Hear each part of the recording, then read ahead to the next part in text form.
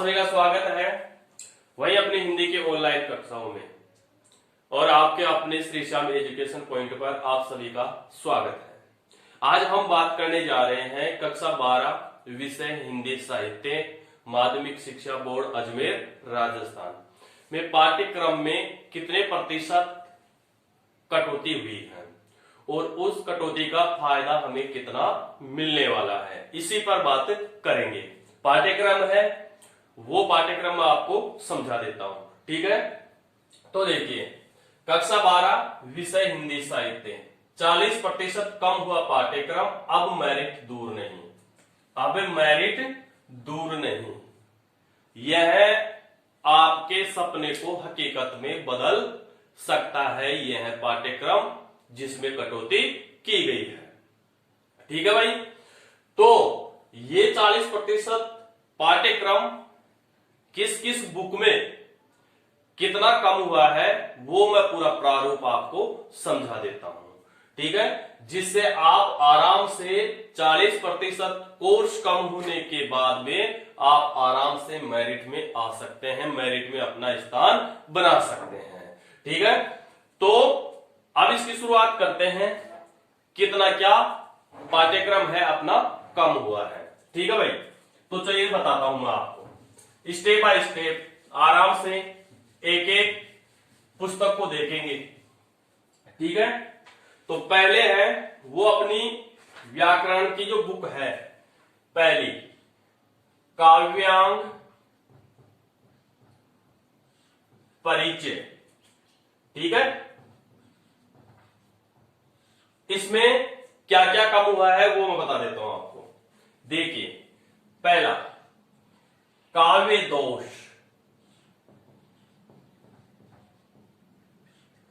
काव्य दोष अपने जितने भी थे वो इस 40% पाठ्यक्रम में हटा दिए गए हैं। अब आपको काव्य दोष नहीं पढ़ने हैं, ठीक है, एक नंबर। दूसरे नंबर पे आते हैं अपने छंद, क्या आते हैं, छंद, ठीक है। अब छंद में कौन कौन से हटाए गए हैं उनको ध्यान से आपको समझना है। देखिए, जो हटाया गया है वो है गीतिका। कौन सा हटाया गया, गीतिका। ध्रुत विलंबित, ध्रुत विलंबित, वंशस्थ और कवित, ये जो छंद थे चार, ये चार छंद हटा दिए गए हैं, ठीक है।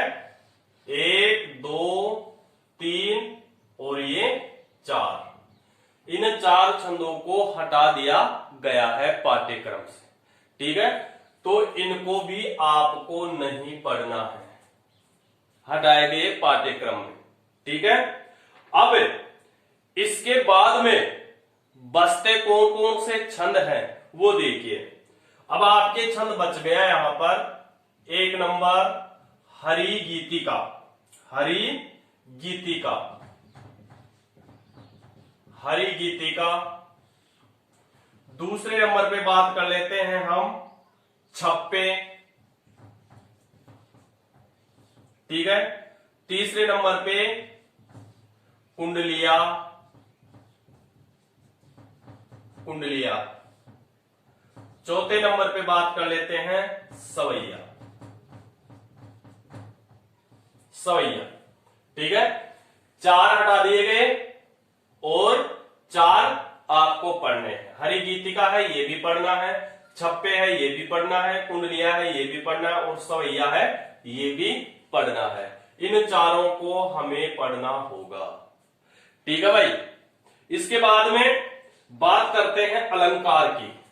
तीसरा अलंकार, अलंकार में कौन कौन से हटाए गए हैं वो बता देता हूं। विशेषोक्ति, विशेषोक्ति,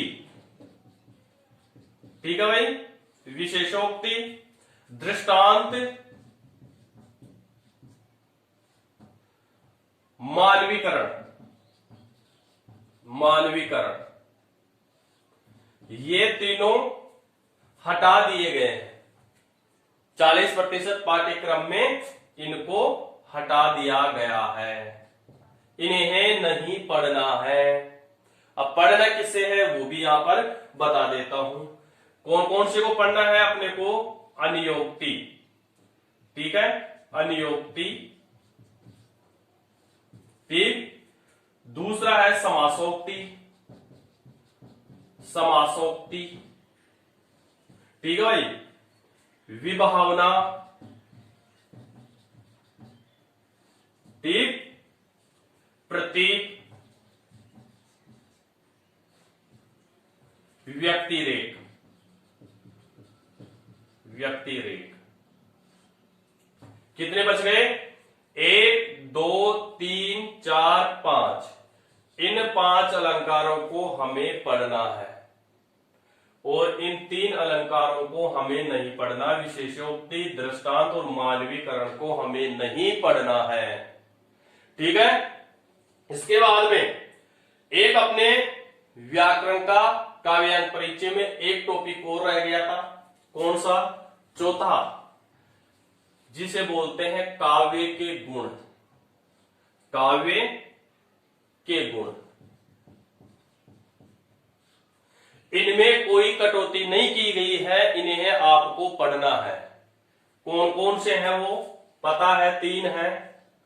ओज गुण है, ठीक है, माधुर्य गुण है, और तीसरा प्रसाद गुण है, प्रसाद गुण। इन तीनों को हमें पढ़ना है, ये ध्यान से सुन लेना। काव्य के दोष हैं वो पूरे हटा दिए गए हैं, काव्य दोष हमें नहीं पढ़ना है, ठीक है। छंद में 4 जो छंद हैं इनको हटा दिया गया है और हमें पढ़ना है हरिगीतिका, छप्पे, कुंडलिया और सवैया। 4 हटा दिए गए और 4 रखे गए, और काव्य दोष है ये पूरे हटा दिए गए, ठीक है। तीसरा बिंदु था अलंकार। अलंकार में 3 विशेषोक्ति, दृष्टांत, मानवीकरण, ये 3 अलंकार हटाए गए हैं। बचे हुए 5 हैं अनियोक्ति, समासोक्ति, विभावना, प्रतीक और व्यक्तिरेख, ये हमें पढ़ना है। और चौथा जो टॉपिक था काव्य के गुण, ओज गुण, माधुर्य गुण और प्रसाद गुण, इनमें कोई कटौती नहीं की गई है, इसलिए ये हमें पढ़ना है, ठीक है। यानी अपने को काव्य दोष का पूरा पैटर्न था, वो पूरा पैटर्न पढ़ना ही नहीं है, काव्य दोष, ठीक है। 1 2 और 3, यानी छंद देखने हैं, छंद में 4 देखने हैं, अलंकार में 3 हट गए, बच गए 5, ठीक है। 5 3 8, 8 और 4 12। 12 टॉपिक पर काव्यांग परिचय में हमें बात करनी है, पढ़ना है, ठीक है। ये तो हो गई काव्यांग परिचय की बात, समझ में आ गई क्या पढ़ना है और क्या नहीं पढ़ना है, ये अच्छी तरह से मैंने आपको समझा दिया, ठीक है। अब नेक्स्ट बात करते हैं आगे, कौन सी बुक में क्या क्या हटाया गया है।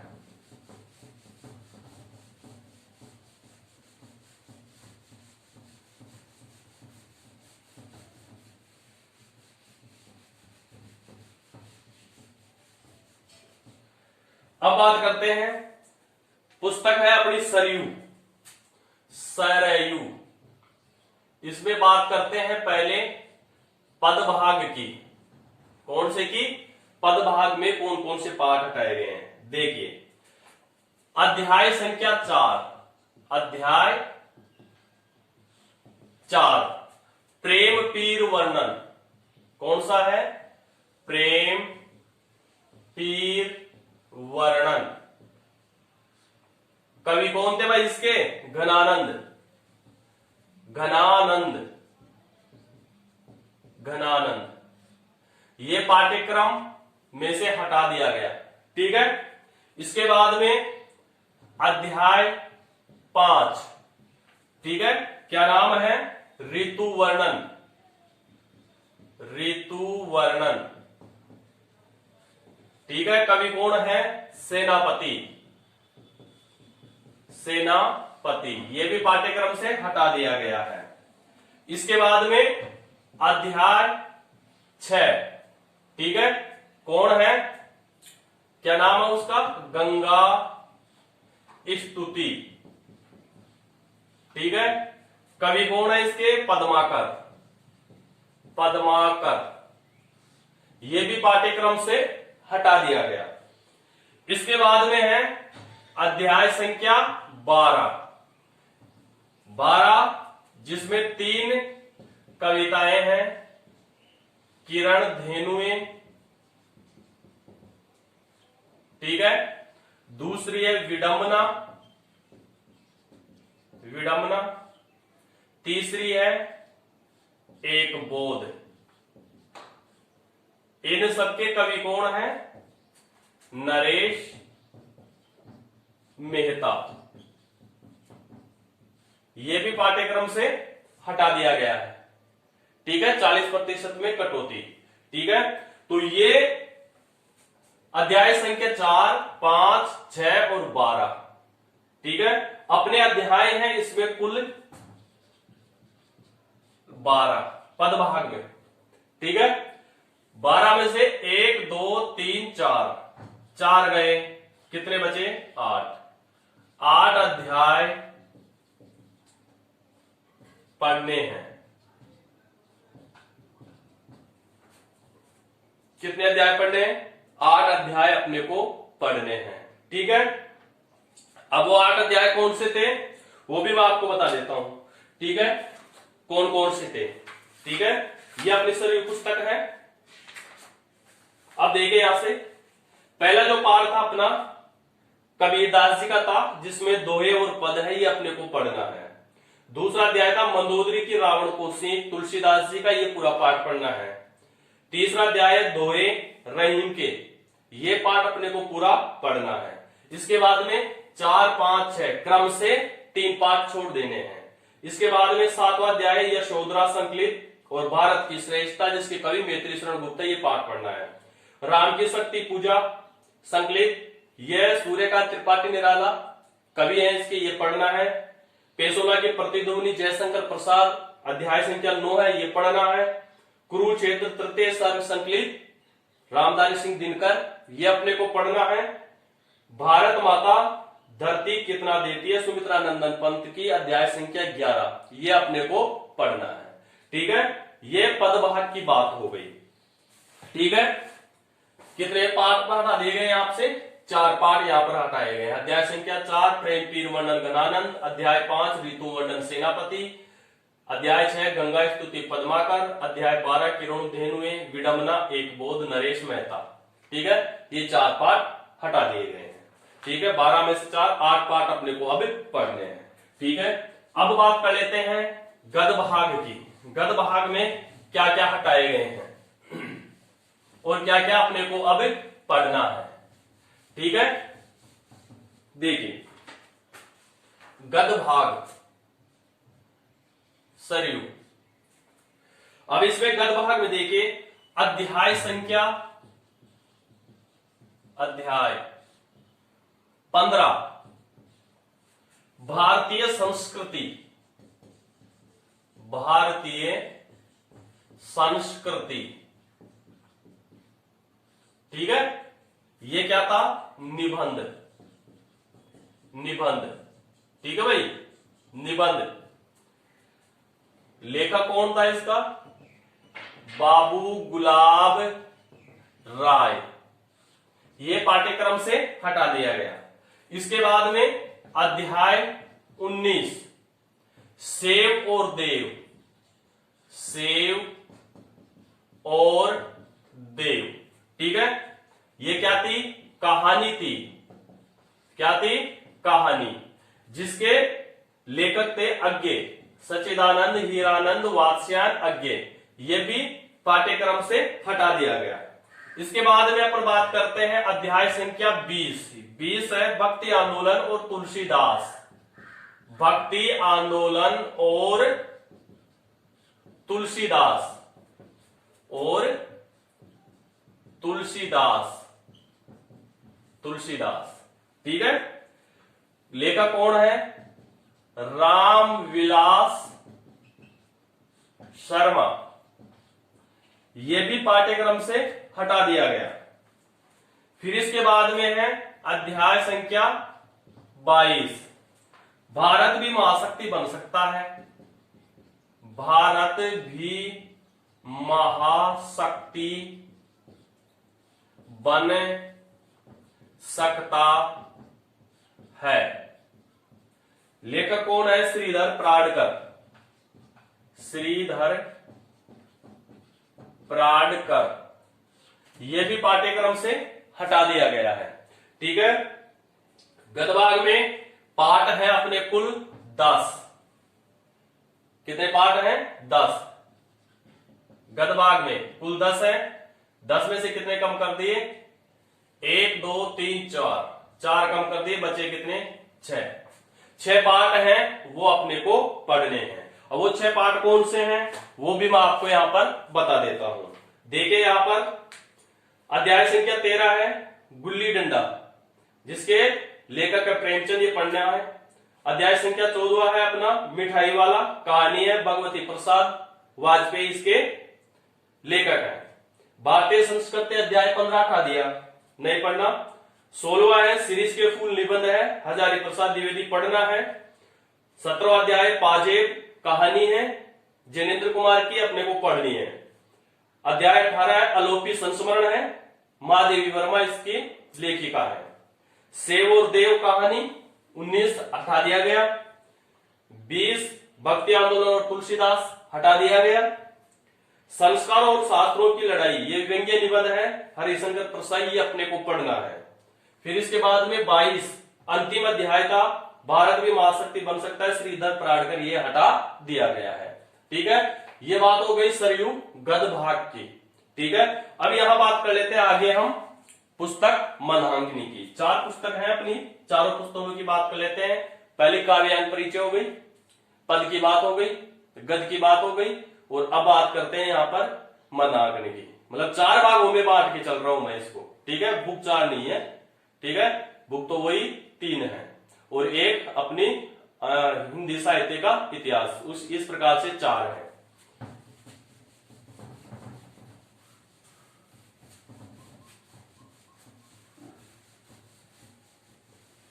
अब देखिए मंदहाकिनी में क्या क्या कहा गया है। मंदहाकिनी,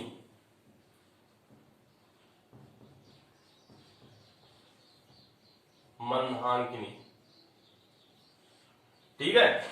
इसमें देखिए अध्याय 4, अध्याय 4 हमारी पुण्य भूमि, हमारी पुण्य भूमि और उसका, नीचे लिख देता हूं, और उसका गौरवमय अतीत। अतीत ये क्या है? इसमें ये भाषण का अंश था, ये भाषण का अंश था।